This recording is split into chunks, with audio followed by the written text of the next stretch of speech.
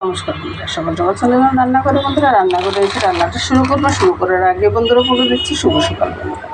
তো এই সকালবেলা মুগ ডালটা ভেজে নিলাম। মুগ ডাল মাথা দিয়ে হবে, মাথা মাছ সব ভিজিয়ে রেখেছি। ইলিশ মাছ হবে পাপা, আর মুগ ডাল দিয়ে মাথা দিয়ে হবে, আর বাঁধাকপির শাক হবে। সকালবেলা নাস্তাও চলবে আর দুপুরবেলাও চলবে। আর রুটির কাইটা হয়ে গেছে, বাইরের খিচুড়িটা হয়ে গেছে। মুগ ডালের জন্য জলটা বসিয়ে দিলাম। এই তো বন্ধুরা সব কিছু রেডি করে নিয়ে চলে আসলাম। মুগ ডালটা সিদ্ধ করে নামিয়ে নিলাম, কপি আলুটা কেটে নিয়ে আসলাম। মাছের মাথাটা এখানে রেডি করে রাখলাম, মাছের মাথা ছোটো টুকরা করে দেব।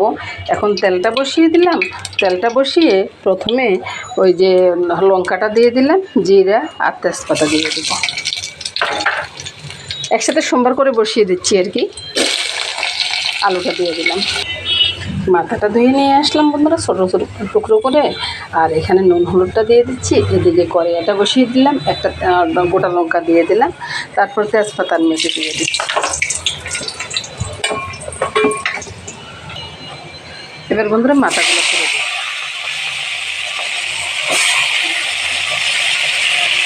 এখানে কপির শাকটা ছেড়ে দেবো। দেওয়া হলে বন্ধুরা তারপরে আমি নুন হলুদ জিরা বাটা আর চিনি দিয়ে দিই। এবার ঢাকাটা দিয়ে রাখবো, আস্তে আস্তে হয়ে যাবে। মাথাগুলো তো ভাজা হয়ে গেছে বন্ধুরা। তারপরে এখান থেকে মুগ ডালের উপর থেকে একটু জল ছেড়ে দিই প্রথমে।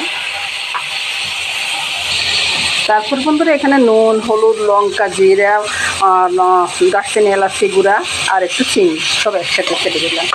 একটু নেড়ে ছেড়ে তেলের সাথে মিশিয়ে দিব কালারটা সুন্দর হওয়ার জন্য আর কি। তারপর এখানে বন্ধুরা মুগ ডালটা ছেড়ে দিচ্ছি, সিদ্ধ করা মুগ ডালটা আর কি। এখানে তো সব মশলা দেওয়া হয়ে গেল, এবার জলটা দিয়ে দিচ্ছি। যখন বলক চলে আসছে এবার আমি ঢাকা দিয়ে চুলার আঁচটা কমিয়ে দেবো, আস্তে আস্তে হতে থাকুক। আপনারা চাইলে এখানে ধনিয়া পাতা বা কাঁচা লঙ্কা সবে দিতে পারেন, আমি এখানে কিছুই দেবো না। এবার আমি এই যে দারচিনি এলাচি পাউডারটা দিয়ে নেড়ে ছেড়ে নামিয়ে নিই। কপির শাকটা নামিয়ে নিলাম, আর এরপরে আমি রুটিটা করে নেব আর কি। বন্ধুরা মুগ ডালটা হয়ে গেছে, এবার নামিয়ে নেব।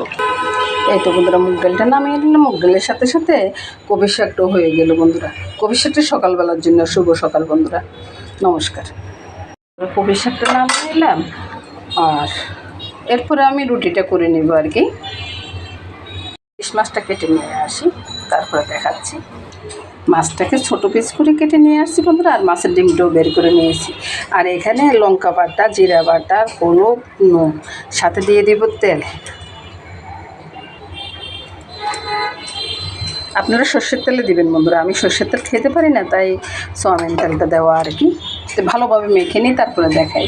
এই তো বন্ধুরা ভালোভাবে মেখে নিচ্ছি। এবার আমি একটা বক্সে ঢুকিয়ে নেব। ডিমটাকে ওইভাবে কেটে নিয়েছি বন্ধুরা। এবার ডিমটাকে আমি উপরে দিয়ে দেব। নিচে দিলে না ঝোলের সাথে একসাথে হয়ে যাবে।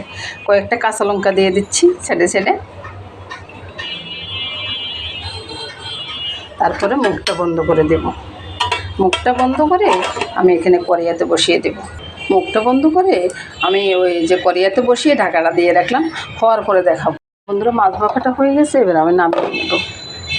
বন্ধুরা ইলিশ মাছটা খুলে দেখতেছি কেমন হয়েছে। দেখুন বন্ধুরা ডিমগুলো কত সুন্দর দেখা যাচ্ছে।